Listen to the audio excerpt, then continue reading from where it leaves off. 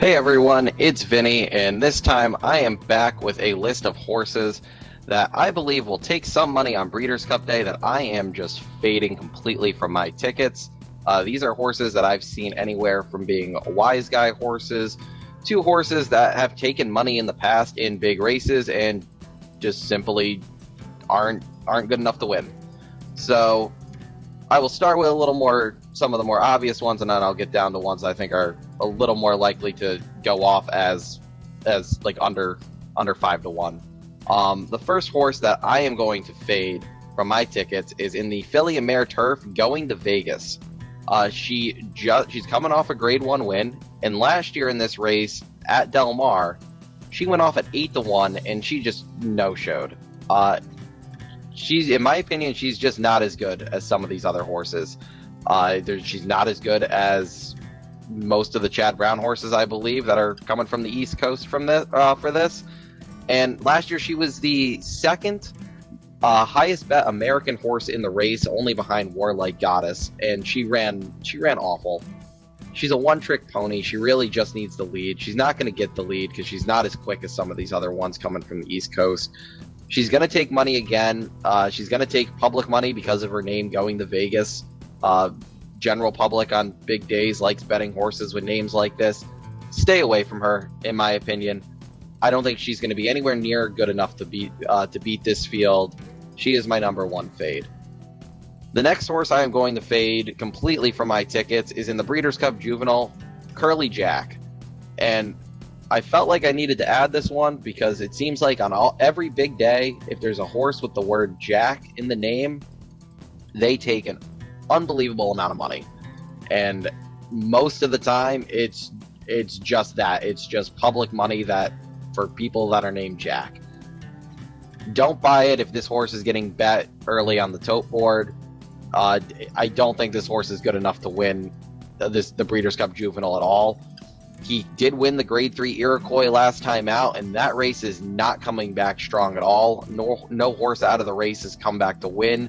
The second place finisher finished 8th in the Breeders' Futurity last out against Loggins and Forte. He just didn't beat a good field. Not saying he's not a good horse. I just don't think he's going to be nearly good enough to beat this field here. He's a horse that should take money because of the name that I would fade from your tickets. The next is more of a group of horses that I am going to fade, and that is every American colt in the Breeders' Cup Turf. This division was not great this year. Gufo is very hit or miss. You have horses like Rock Emperor. I don't know if Rock Emperor is even there, if Chad's going to send him for this year. Like Cross Border is another one that I don't even think they're going to send him for this. But this American older turf division has just not been good this year. I would stay away from them. I don't think any of them are going to take a ton of money, but I know for that reason they're horses that somebody's going to be like, oh, look, Channel Makers, 15-1, I'm going to throw them in. These American horses they're just not great this year. I would say stick to the Euros for the Breeders' Cup Turf.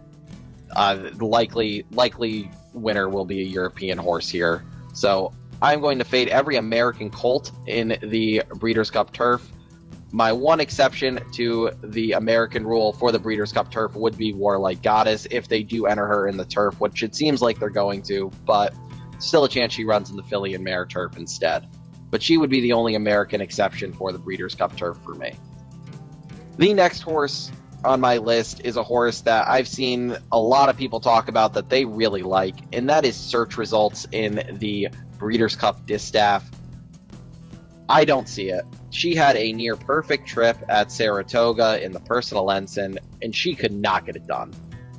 And that's kind of what I think she is. She can beat lesser. I don't think she's anywhere as good as Nest. I don't think she'll ever finish in front of Malathat again, or if she ever did. So there's two horses right there that I just don't think she can beat. She's going to take money. I know a lot of people like her for this spot. She's a fade for me. She's one of those, if she beats me, she beats me. I don't think she's good enough. So she's a horse that should take some money on Breeders' Cup Day that I am fading. And the last horse that I am fading is going to be, in the Classic, it is going to be Life is Good. He's had a stellar year. He's a stellar horse.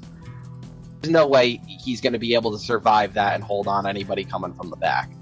So Life is Good is likely going to be the second choice in the Breeders' Cup Classic, and I think he's an absolute fade in this spot. So there you have it. There's a list of 5 horses that I am going to fade in the Breeders' Cup this year. Best of luck, and I'll be back next time. RacingDudes.com is your home for the best betting tips and coverage for the 2022 Breeders' Cup. Our wagering guides have cashed for thousands. You cannot miss our 2022 Inside Track wagering guide to the Breeders' Cup. So hurry up and subscribe, then go to RacingDudes.com, check out the free picks for every race, every track across the country, and the Inside Track to the Breeders' Cup wagering guide available soon.